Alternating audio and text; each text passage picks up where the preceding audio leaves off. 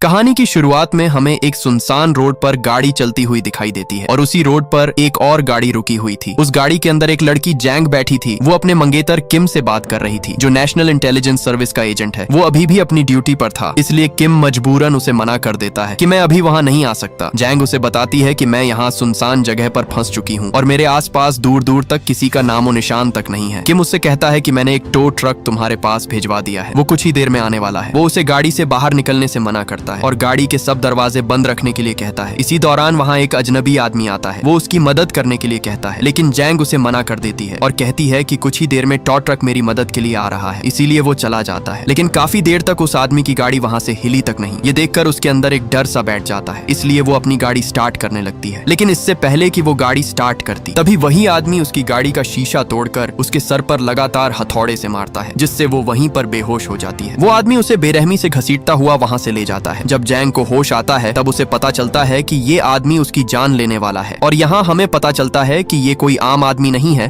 बल्कि ये एक बेरहम साइको किलर है जो अपने मजे के लिए हर आए दिन किसी न किसी लड़की को काट कर मार डालता है। इस साइको का नाम क्यूंग चुल था। उसने एक टेबल पर कई किस्म के छुरे रखे हुए थे, जिनसे अब वो जैंग को काटने वाला था। जैंग उससे अपनी जिंदगी की भीख मांगती है, लेकिन वो साइको उस पर जरा भी रहम नहीं करता और वहीं पर उसकी बॉडी के टुकड़े टुकड़े कर देता है। टुकड़े करते समय जैंग की अंगूठी निकलकर नाले में जा गिरती है। वो उसे ढूंढने की कोशिश करता है, क्योंकि वो वहाँ कोई भी सबूत नहीं छोड़ना चाहता, लेकिन फिर भी उसे वो अंगूठी कहीं भी नहीं मिलती। वो वहाँ जैंग का फैला हुआ सारा खून साफ करके एक नाले से बाहर बहा देता है। उसी दिन एक जगह पर छोटा लड़का खेल रहा था। खेलते समय वहाँ उसे एक काला शापर पड़ा हुआ मिलता है। जब वो उसे खोलता है तो वहाँ इंसान का कटा हुआ कान था, जो किसी और का नहीं बल्कि उस दिन मारी गई लड़की जैंग का था। पता चलते ही उसी दिन वहाँ सब पुलिस वाले छानबीन शुरू कर देते हैं। तभी वहाँ डिटेक्टिव जॉन आता है, जो जैंग का पिता था। वो वहाँ उसे देखने के लिए आता है, लेकिन पुलिस उसे देखने से मना करती है, क्योंकि वहाँ उन्हें जैंग का सर कटा हुआ मिलता है। तभी वहाँ किम भी पहुंच जाता है। वो आते ही वहाँ जब जैंग का सर देखता है तो उसके पैरों तले जमीन ही खिसक जाती है। वो अंदर से पूरी तरह टूट जाता है और उसके अंदर बदले की आग भड़क उठती है और हर हाल में वो उससे बदला लेकर ही रहेगा, जिसने उसकी मंगेतर की जान ली है। जब किम जैंग के पिता के पास आता है तब वो उसे बताता है कि मैं एक पुलिस वाला होकर भी अपनी बेटी की जान नहीं बचा सका, इसलिए अब मैं अपनी बेटी का बदला तुम्हारे ऊपर छोड़ता हूँ। तुम हर हाल में मेरी बेटी का बदला लोगे,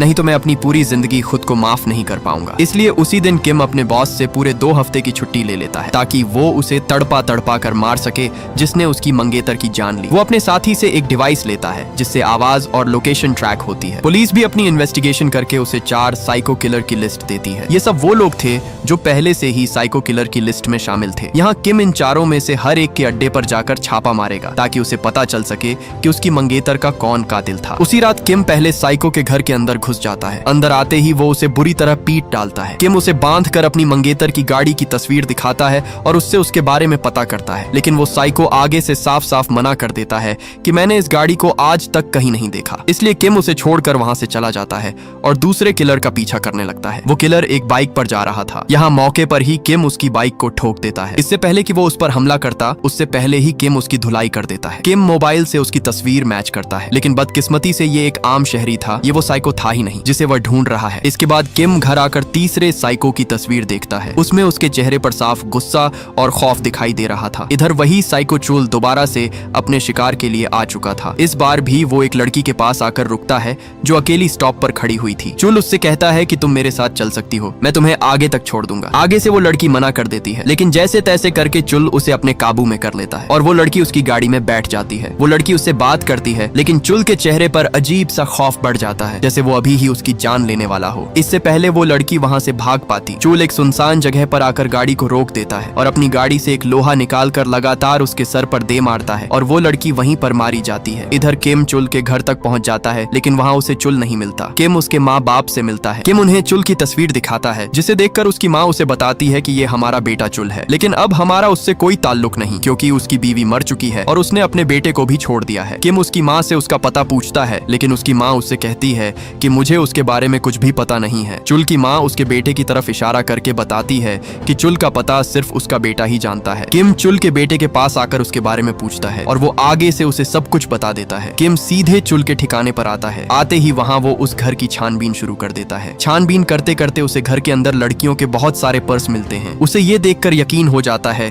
कि सबकी जान के पीछे चुल का ही हाथ है। तभी उसे पीछे एक दरवाजे से कुछ आवाज आती है। जैसे ही वो उस दरवाजे को खोलता है तो उस कमरे के अंदर खून की बारिश हुई पड़ी थी, जिसे देखकर उसके रोंगटे ही खड़े हो जाते हैं, क्योंकि उसे यकीन हो चुका था कि यही वो जगह है जहां चुल ने उसकी मंगेतर के टुकड़े टुकड़े किए हैं। इसी दौरान उसे वहां कोई चमकती हुई चीज नजर आती है। जब वह उसे उठाता है तो वह एक अंगूठी थी। ये वही अंगूठी थी जो उसकी मंगेतर जैंग की थी। ये देखकर किम का दिल अंदर से पूरी तरह टूट जाता है। दूसरी तरफ चुल अपनी बस के साथ एक स्कूल के बाहर खड़ा था। वो कुछ स्कूल लड़कियों को घर छोड़ने जा रहा था। मतलब हर दिन वो लड़कियों को स्कूल से ले जाने के बहाने किसी एक लड़की को अपने जाल में फंसा लेता है। चुल सब लड़कियों को घर छोड़ देता है, लेकिन बस में आखिरी लड़की बच जाती है जो सो रही थी। तब वो उसे अपने जाल में फंसा लेता है और अपनी बस लेकर सीधे अपने अड्डे पर पहुंच जाता है। आते ही चुल ने उस लड़की को एक बड़े से घड़े के अंदर फेंका हुआ था। वो उसे वहां मारने ही वाला था। तभी मौके पर किम पहुंच जाता है। चुल उससे कहता है कि क्या तुम पुलिस वाले हो, लेकिन आगे से किम उसे कोई जवाब नहीं देता। इसलिए वो समझ जाता है कि पुलिस ने उस पर छापा मार दिया है। किम जैसे ही उसे अपने सामने देखता है तो उसका खून अंदर से खौलने लगता है। उसकी आंखों में चुल से बदले की आग भड़कने लगती है। इसी दौरान चुल एक दांतरी लेकर उस पर हमला कर देता है, लेकिन किम भी कोई आम आदमी नहीं था। वो भी उसे आगे से अच्छा खासा पीट डालता है। किम एक पत्थर उठाकर उसे मारने ही वाला था, लेकिन तभी आगे से वो रुक जाता है, क्योंकि वो उसको इतनी आसानी से नहीं मारना चाहता था, बल्कि वो उसे तड़पा तड़पा कर मारेगा। किम वो डिवाइस उसके मुंह के अंदर डाल देता है ताकि वो उसकी हर हरकत को नोट कर सके। किम उसके पास एक लिफाफा छोड़कर वहां से चला जाता है। जब चुल को होश आता है तब वो उस लिफाफे को खोलता है, जिसके अंदर ढेर सारे पैसे थे, जिसे देखकर वो सोचता है कि मैं तो पागल था ही, लेकिन वो भी मुझे पागल ही लग रहा है। इसके बाद चुल वहां से चला जाता है, लेकिन उस बेचारे को क्या पता कि अब उसकी मौत का खेल शुरू हो चुका है। चुल रोड पर खड़ा होकर किसी लिफ्ट का इंतजार करता है। तभी वहां एक गाड़ी आती है, जिसे रोक कर वो उसके अंदर बैठ जाता है। उस गाड़ी की पिछली सीट पर भी एक आदमी था, जिसके चेहरे से साफ पता चल रहा था कि वो भी किसी दरिंदे से कम नहीं। उस गाड़ी का ड्राइवर चुल के मुंह पर लगा खून देखकर हंसता ही जा रहा था, जिसे देख चुल का दिमाग घूम जाता है और वो अपना चाकू निकाल कर दोनों को लगातार घोंपता जाता। इससे पहले वो कुछ कर पाते, चुल उन्हें मौके पर ही ढेर कर डालता है। चुल उनकी लाश को ठिकाने लगाने के लिए गाड़ी की डिग्गी खोलता है, लेकिन वहाँ पहले से ही एक लाश पड़ी हुई थी। वो लाश असली गाड़ी के ड्राइवर की थी, जिसे उन दोनों ने मारकर गाड़ी चुरा ली थी। मतलब वो दोनों भी साइको किलर थे। लेकिन चुल आगे से मुस्कुराने लगता है कि मुझसे बड़ा कौन ही साइको होगा। चुल उनकी लाश वहीं फेंक कर वहाँ से निकल जाता है। सुबह चुल सीधा एक डॉक्टर के पास अपने जख्म पर पट्टी कराने के लिए आता है। वहाँ वो एक नर्स को देखता है और देखते ही चुल उसे अपना अगला शिकार चुन लेता है। चुल डॉक्टर को ठिकाने लगाकर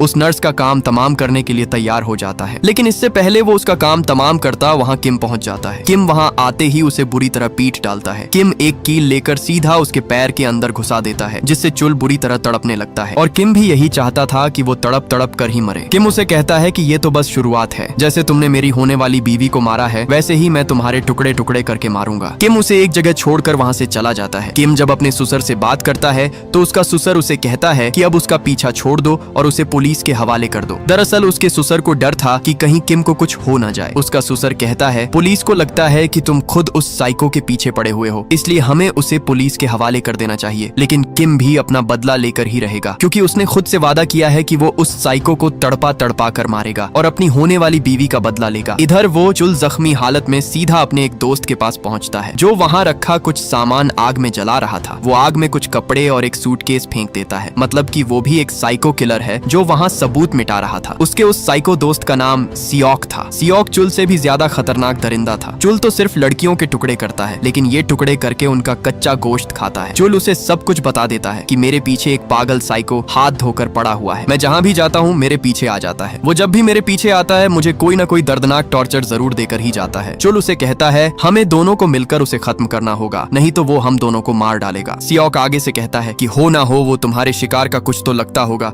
इसलिए वो तुम्हें मारने के लिए हाथ धोकर तुम्हारे पीछे पड़ा हुआ है। दूसरी तरफ किम भी अपनी गाड़ी में बैठा उनकी सब बातें सुन रहा था। रात चुल को याद आता है कि जब उसने जैंग को काटा था तब उसकी वो अंगूठी गिर गई थी, जिसे ढूंढने पर भी उसे वो अंगूठी नहीं मिली, क्योंकि जब उस दिन किम उसे पीट रहा था तब वो अंगूठी किम के हाथ में थी। इसलिए अब उसे यकीन हो जाता है कि किम उस लड़की जैंग का मंगेतर है जिसने उसकी जान ली। इधर सियोक एक कोठरी खोलता है जिसमें एक लड़की बंधी हुई थी। वो उस लड़की को कुत्ते की तरह घसीटता हुआ किचन में लाता है, जहाँ वो उसे काटने वाला था। वो लड़की रोती हुई अपनी जान की भीख मांगती है, लेकिन सियोक को कुछ फर्क नहीं पड़ता, क्योंकि वो था ही एक दरिंदा। सियोक उसे काटने के लिए एक छुरी उठाता है, लेकिन इससे पहले वो उसे काटता वहाँ मौके पर किम आ जाता है और सियोक पर हमला कर डालता है। किम उसके हाथ तोड़ देता है जिससे उसने लड़कियों के टुकड़े किए। किम उसके गले को जंजीरों से बांधकर उसके हाथ में एक चाकू घोंप देता है। किम उसे कहता है कि अब मैं भी तुम्हें वैसे ही काटूंगा जैसे तुमने बेकसूर लड़कियों को काटा है। किम एक छुरा निकालता है। किम उसे मारने ही वाला था, तभी ऊपर से चूल गन लेकर कर उस पर फायर कर देता है, लेकिन मौके पर ही किम वहां से ऊपर भाग निकलता है। इधर जब चूल उसे ढूंढ रहा था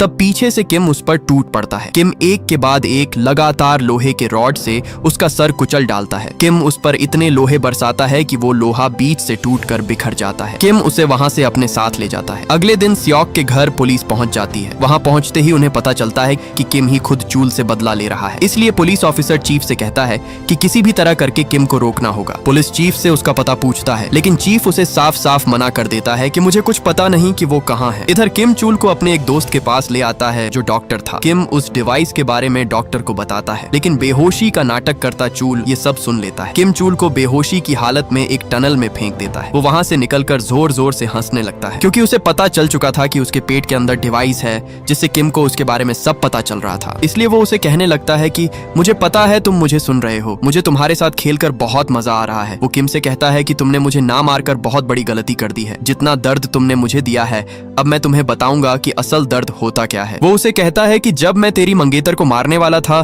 तब वो मुझसे हाथ जोड़कर अपनी जान की भीख मांग रही थी, क्योंकि वो माँ बनने वाली थी, लेकिन मैंने उसकी एक ना सुनी और उसके टुकड़े टुकड़े कर डाले। ये सुनकर किम के पैरों तले जमीन ही खिसक जाती है, क्योंकि उस दिन वो उसे लेने के लिए चला जाता तो आज वो जिंदा होती। उधर चुल एक फार्मेसी में कुछ दवाइयां लेकर उन्हें खा लेता है ताकि वो डिवाइस उसके पेट से बाहर निकल जाए। वो उस डिवाइस को अपने पेट से निकाल लेता है और वहाँ हॉस्पिटल में एक आदमी को बेरहमी से मारकर उसके मुंह में वो डिवाइस डाल देता है। यहाँ किम भी उसकी लोकेशन को ट्रेस करके उसकी तरफ बढ़ रहा था। वो जल्दी से उस लोकेशन तक पहुंच जाता है, लेकिन जैसे ही वो पहुंचता है वहाँ चुल उस फार्मेसी वाले को मारकर वहाँ से भाग चुका था। इधर चुल मौके पर एक गाड़ी लेकर वहाँ से भाग निकलता है। अब किम पूरी तरह फंस चुका था, क्योंकि चुल अब उसके हाथों आजाद हो चुका है। इसलिए वो सीधा उस हॉस्पिटल में पहुंचता है जहाँ सियोक एडमिट था। किम उससे पूछता है कि मुझे बताओ कि चुल अभी कहाँ गया होगा, लेकिन सियोक उससे कहता है कि अब बहुत देर हो चुकी है, अब तुम कुछ नहीं कर सकते, क्योंकि वो अगला शिकार जैंग की फैमिली को बनाने वाला है। ये सुनकर किम गुस्से में आ जाता है और उसका मुंह वहीं पर फाड़ डालता है। किम जल्दी से अपने ससुर को फोन करता है, लेकिन उससे पहले ही चुल उसके घर के दरवाजे तक पहुंच जाता है। चुल उसके घर के अंदर घुसकर एक डंबेल से चीफ का सर फोड़कर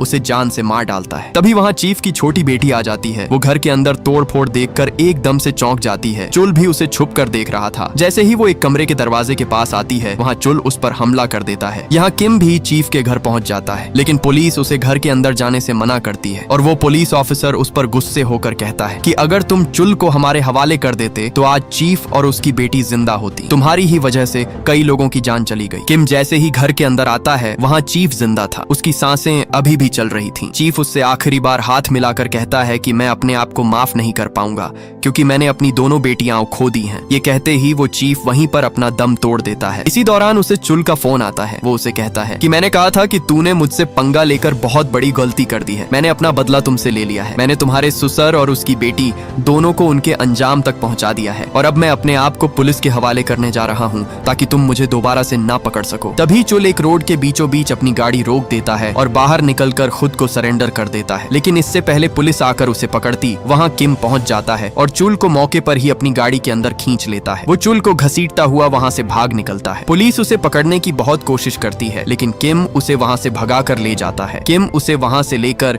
सीधा उसके ठिकाने तक पहुँच जाता है। यहाँ किम उसे कहता है कि पहले तो मैंने छोड़ दिया था, लेकिन इस बार वो गलती नहीं करूंगा। किम उसे फांसी घाट पर बांधकर उसकी आंखों पर जलता हुआ सिगरेट घोंप देता है। वो एक रॉड लेकर उसके मुंह से आर पार कर देता है, जिससे चुल वहाँ बुरी तरह तड़पने लगता है। किम उससे कहता है कि पहले जैसे तुम्हारे सामने लोग तड़पते थे तो तुम्हें मजा आता था, और अब तुम तड़प रहे हो और मजा मुझे आ रहा है। चुल रोता हुआ उससे अपनी जान की भीख मांगता है कि मुझे जाने दो, लेकिन किम अपना बदला लेने के बगैर चैन से बैठने वाला नहीं था। इसी दौरान किम वहाँ एक बड़ा सा ब्लेड लेकर फांसी घाट पर लगा देता है और दरवाजा बंद करके एक रस्सी को सीधा उस दरवाजे से बांध देता है और उस रस्सी का अगला सिरा चुल के मुंह में फंसा देता है। मतलब जैसे ही उस कमरे का दरवाजा कोई खोलेगा, वो रस्सी चुल के मुंह से निकल जाएगी और ऊपर लगा तेज धार ब्लेड आकर सीधा उसका सर धड़ से अलग कर देगा। किम चुल के पास वही डिवाइस रख देता है ताकि वो उसकी दर्दनाक आवाज सुन सके। इसके बाद किम वहाँ से बाहर निकल जाता है, लेकिन जाते जाते किम चुल के घर वालों को कॉल करके उन्हें यहाँ आने के लिए कहता है। इसके बाद हम देखते हैं कि किम कुछ ही दूर आया ही था कि पीछे से चुल की फैमिली वहाँ पहुँच जाती है। चुल का बाप घर के बाहर आकर वो दरवाजा खोलने की कोशिश करता है, लेकिन चुल उन्हें जोर जोर से चिल्लाकर मना करता है। उस बेचारे की बदकिस्मती कि उसके मुंह के अंदर रस्सी होने की वजह से उसकी आवाज उन तक नहीं जा पा रही थी, इसलिए अंदर से कोई भी हलचल ना होने पर उसका बाप वो दरवाजा जोर से खींचकर उसे खोल देता है और दरवाजा खोलते ही वो ब्लेड चुल का सर धड़ से अलग कर डालता है। वो कटा हुआ सर जैसे ही उसके माँ बाप के सामने आता है, वहाँ उसके माँ बाप चीखने लगते हैं क्योंकि उनके सामने उनका दरिंदा बेटा वहाँ मारा जाता है। इधर किम उसकी दर्दनाक चीखें सुन रहा था और आखिरकार उसका ये बदला पूरा हो जाता है। लेकिन बदला पूरा होने के बाद भी वो फूट फूट कर रोने लगता है क्योंकि उसने अपने सामने अपने खून को मरता हुआ देखा, लेकिन फिर भी वो उन्हें नहीं बचा पाया। और ये मूवी यहीं पर एंड हो जाती है। अगर ये वीडियो आपको अच्छी लगी तो इस वीडियो को लाइक और हमारे चैनल को सब्सक्राइब कीजिएगा।